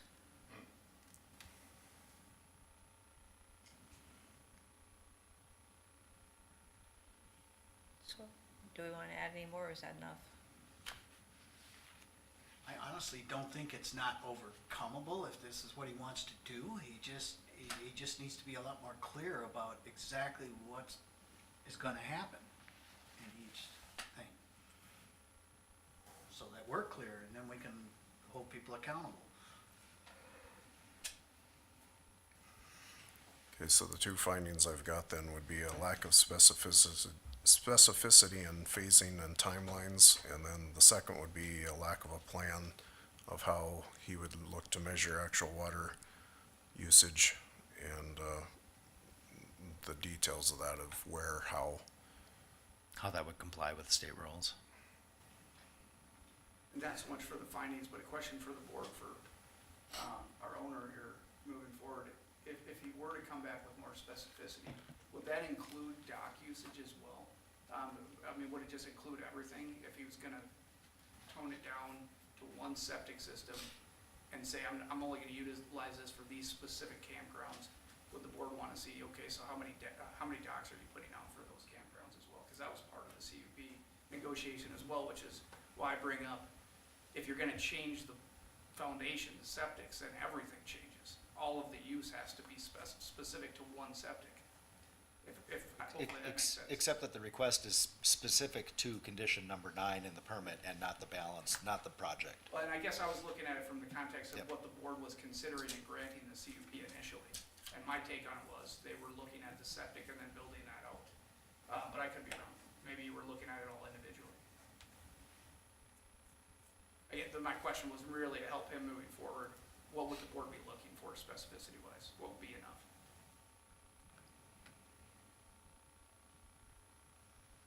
It all kind of works together. I mean, if that's the direction he goes and it comes down to flow rate, then you just have to really be vigilant on how you're determining that and make sure, you know, you're not taking too small of a sample. I'm guessing the state rules are pretty specific about monitoring, if that rule is to be followed, aren't they? It doesn't have anything that says you need X number of a certain type of site or a certain percentage of the overall whole. No, but if the design of the north site was to serve those 25 campsites, and he built 4 of them, that would not be sufficient to test the capacity. You would have to, it's implied in the design of that site and what it's intended to serve, that it would have to serve that before you could actually measure the use. I absolutely think it's implied. You couldn't build out half of it, test it, and say there's room for 200% more. Precisely. But But you could build it out and only have 4 campers there. Start taking your flow rates and start interpreting how much No, each I don't. camper's using, and then start adding more sites even before don't- it's built out. I don't know why you would do that, but you theoretically I don't believe could. you could. I don't believe you could. I think you'd have to use it in the way that it was intended before you could measure to determine if it had additional capacity. Somebody may try, but I don't believe that's the intent of the So rule. we should provide clarity in that too. That you have to build that first set feeding the thing before we will even consider looking at what the flow rates are and whether you can add more sites to it. It's not only building, but it's going to be up and functional. But then again, that leads back to what Jonathan was saying. Okay, you allowed all the dock slips and so forth. You're basically operating at half capacity. What if he says, okay, I'm at half capacity, I'm not gonna even do phase 2 or phase 3, and now I have all these docks, so I can make sure they're full all the time with boats. Was it 6 or 8 docks? Was it 8? Yeah, that's what I meant, slips.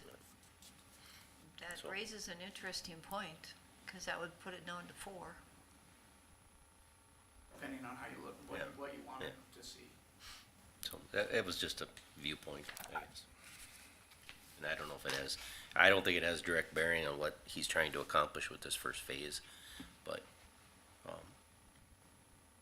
I guess that's where I'm at. There's a lot of variables here. I think our Yep. original motion and Yeah. stuff is the right way to go here. Yep. Yep. And then if he wants to come back with another approach that we can consider, then so be it. Otherwise, he can just go and build it out, Are we ready to vote? design. Okay, so who wants to read the motion back? The original motion was to deny the conditional use amendment to condition number 9 for lack of specificity in the described phasing. Okay, so all those in favor of that signify by saying aye. Aye. Aye. Anyone opposed? Okay, the motion carries. Okay, thank you. Thank you, Eric.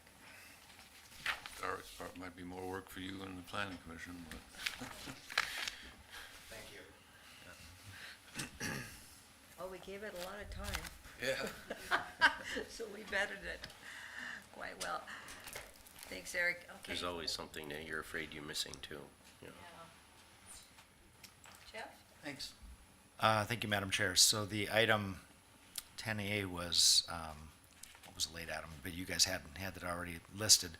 This would have been on consent agenda if it came in time to be published with the items. So this is just a continuation of the lease of the downstairs meeting room for driver and vehicle services for the next two years.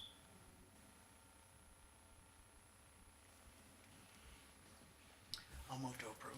Okay, I'll second. 2 seconds, further discussion? All those in favor? Aye. Opposed, motion carries. And then the only update that I would have is that we are having our first EDA committee meeting this afternoon at 3 o'clock, so the two of you who are on that group will be there. I think we've got confirmation. I know that Bruce and I believe Dan are both going to be here from Ellers. And then the other update would be that Bruce Schwartzman will be here on May 7th with the final proposal and some options, but moving forward with the jail project design and renovations here in the government center, and we'll have some conversations about that. He did solicit bids for a construction manager to manage this project. As we saw last week when we toured the school, ICS is performing that function, so they're on site to make sure the transitions and subs and everything are getting done appropriately. He and I will be reviewing those applications tomorrow. So on May 7th, we're coming in asking for approval to move forward with the project in one form or another and to identify a construction manager for that project. If you have questions about that between now and then, please let me know.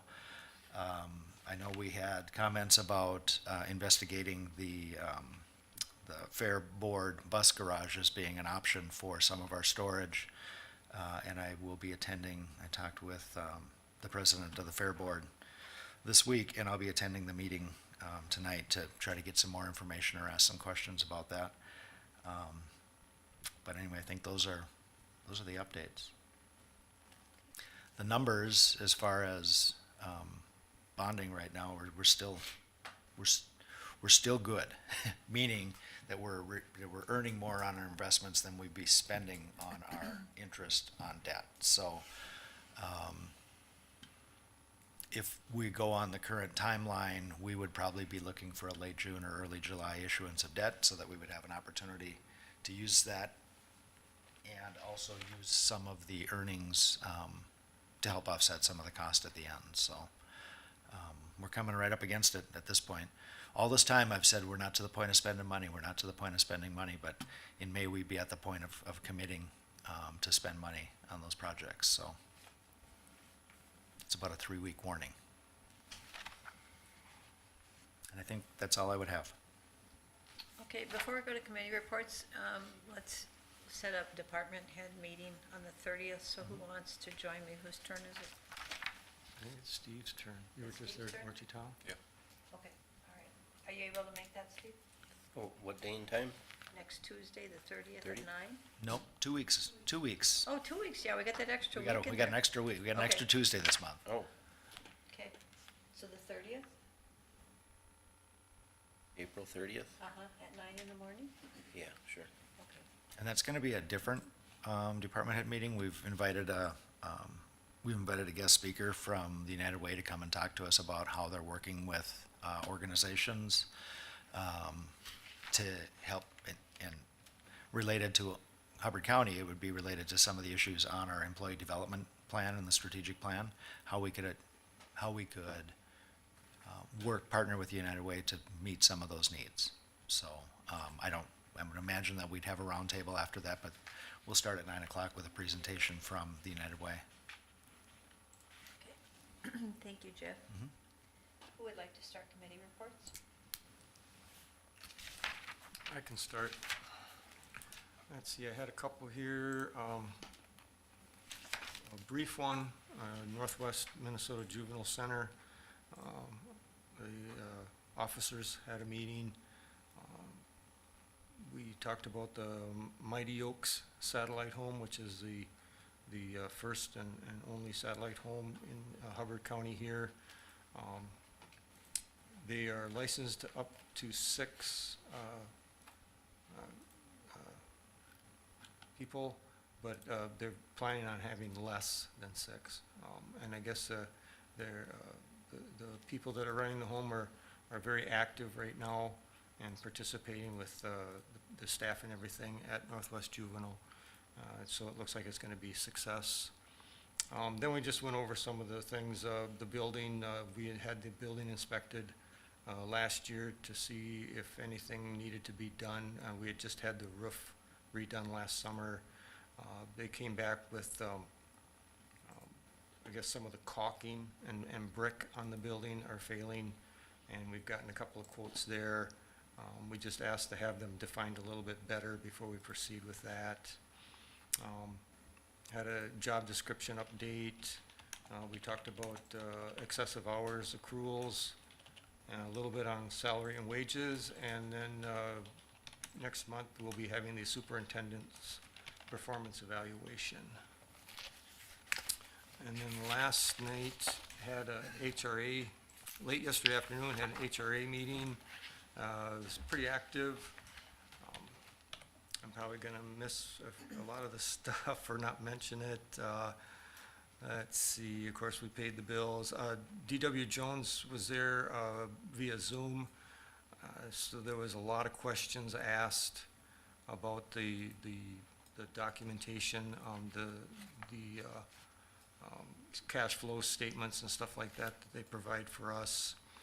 And then D.W. Jones also came back with some of the needs for some of the buildings.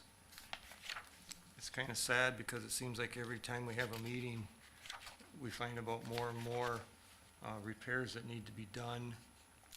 I believe it was Regency. There was a couple of apartments that are not being able to be rented out at this point. One of the estimates was $5,500 for one of the apartments and $12,000 for the other apartment. The motion was made and passed to just repair the one apartment at this point. I know that some of the members expressed frustration about not getting any more money from the county because of all these delayed repairs that hadn't been done in the past or that are coming to light now. It's hard to rent out apartments when they're not livable. Let's see. I talked about the couple of, we've got a couple of houses that are up for sale in one lot. We discussed those. One of the realtors was there. One of the homes that we're thinking about selling, the person who's actually renting it from us right now has in the past asked about buying it from us. It sounds like he is prepared. As far as, it sounds like he's got financing available and stuff like that. We just had to determine a value, and that was determined last night, and now he's gonna be approached, let him know what the offer is. The HRA chair also had mentioned about him probably being, would probably qualify for some down payment assistance, and so they encouraged HRDC staff to reach out to him and go through that process to see if he's available for some down payment assistance. Talked about the small cities grant that Mary Thompson with HLDC has been pursuing, and we agreed to provide a letter of support for that. And I guess that kind of hits the high spots on that, if there's any questions. Or if I missed anything. Did they resolve the purchase agreement concern? For the, yeah, it was previous board meeting, it was denied, or we did not accept the offer. That was one of the reasons why the realtor was there. Basically, I don't know if you could say resolved, because I think the buyer still feels that he's got a purchase agreement. It's kind of a sticky thing. Who's at fault for not having the wording in there that it needed board approval when that was part of the email chain. It's clearly stated in there. So I think I probably can't comment a whole lot more. I think apparently the broker was gonna talk to the real estate, or the purchaser, and just have a discussion about if it was gonna move forward or not, and it was up to the buyer's choice to either cancel the purchase agreement, or if he wanted to take any sort of legal action, he was certainly obliged to do that if he so chooses that. So. I think there was a lot of miscommunication and maybe some unclear parameters that were there, so. And I do want to say, for David's representative, Dewey, I think he's gone above and beyond. Yes. There again, he's done a lot of research. He's looked into not only, the two houses that we were looking at putting up for sale. He's inspected those. Dewey's got some practical knowledge on remodeling homes and stuff like that. He had kind of gave us an idea what he thought the properties were worth or should be listed for, and then we get some market analysis or whatever they're called, and they came up with basically the same dollar figures that Dewey had come up with. The one place needs a furnace. Dewey went out and got the quote himself and stuff like that. So, like I say, I really appreciate his efforts. Yes, and he's volunteered to help clean up the properties to make them more appealing to sell, just on his own time, no compensation or anything, so it was very much appreciated. That's all I got. Let's see, I had an SWCD meeting last week. One topic that we were talking on that I mentioned here in the past is, with the demo coming up at Deep Lake Park, the SWCD is willing to assist in the shoreline restoration, and they can probably get access to funds, some grants to do that. So we need to keep that in mind for some additional sources of money to help with it. Got the Freshwater Festival coming up May 15th. As I mentioned last time, anyone here have time for it, you can go to it. They'd love to have you there. I'll be helping out with them. A couple items that I just gleaned from their upcoming newsletter. It hasn't come out yet, but it will be soon. The state tree nursery is in need of cones and nut collectors. So if you know of anyone who has access to those things, they pay anywhere from $20 to $150 per bushel, depending on the species.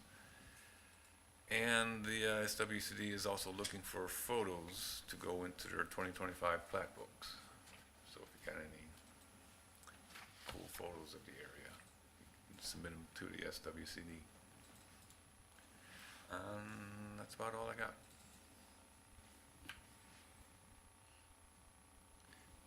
I didn't have much. I attended HRA along with Ted.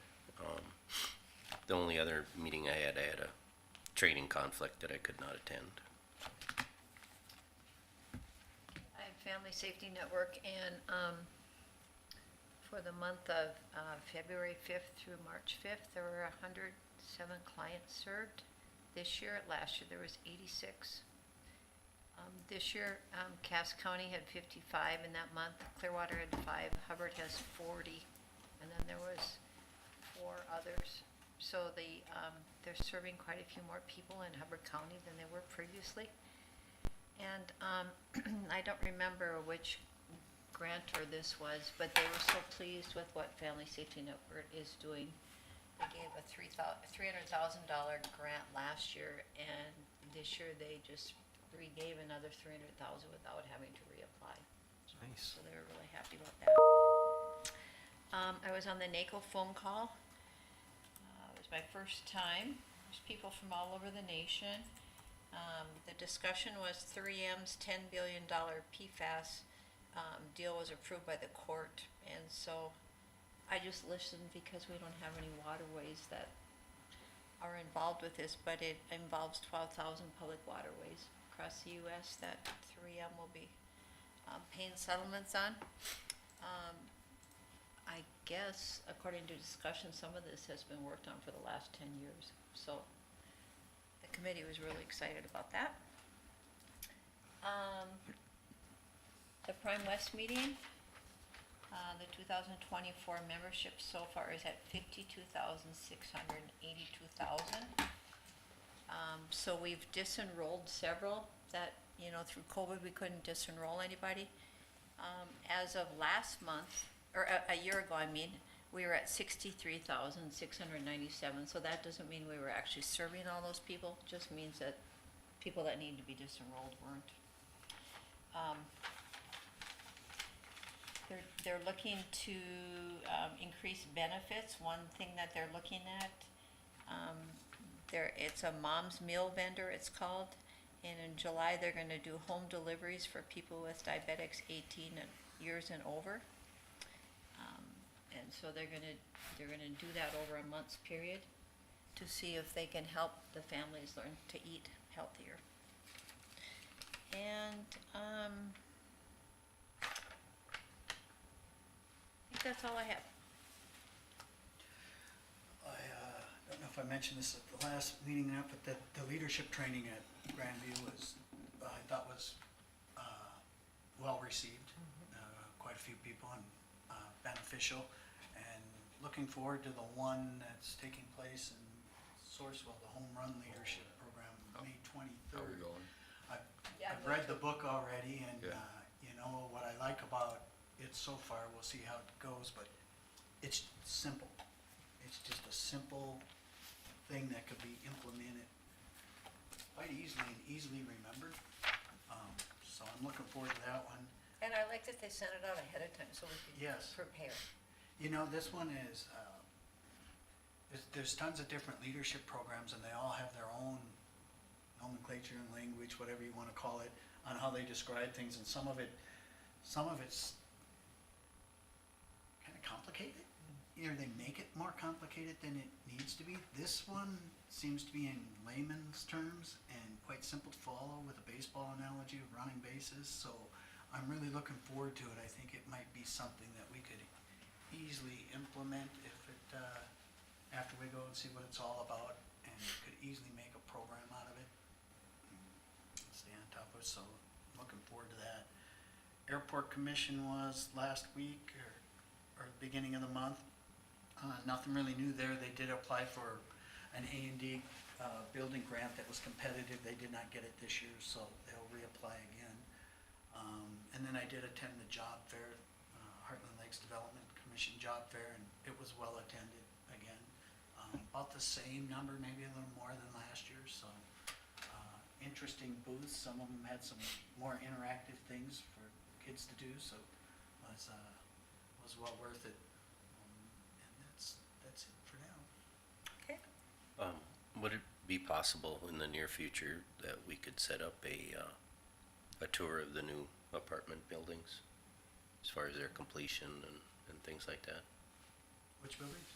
The new apartment The new one? buildings, yeah. Yeah, I think, If we could do that sometime. I Yes, know they're I busy think, with construction interior wise, so, I know HLDC, I think she was planning something okay. for at least that board, but there should be an opportunity for Okay. commissioners to go through them too.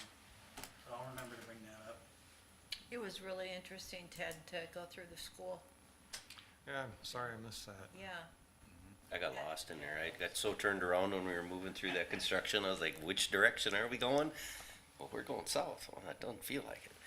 I was really encouraged because there's so many windows. I just think the light all coming in, and then even just to be able to see out, Lance talked about how beneficial that'll be for the students and the teachers, but just having light coming in, to me, mentally, will do wonders for everybody. I would say I'm generally not easily impressed, but the visibility in there and what you can see from different vantage points and how much you can see of everything that's going on is going to be a huge benefit for them.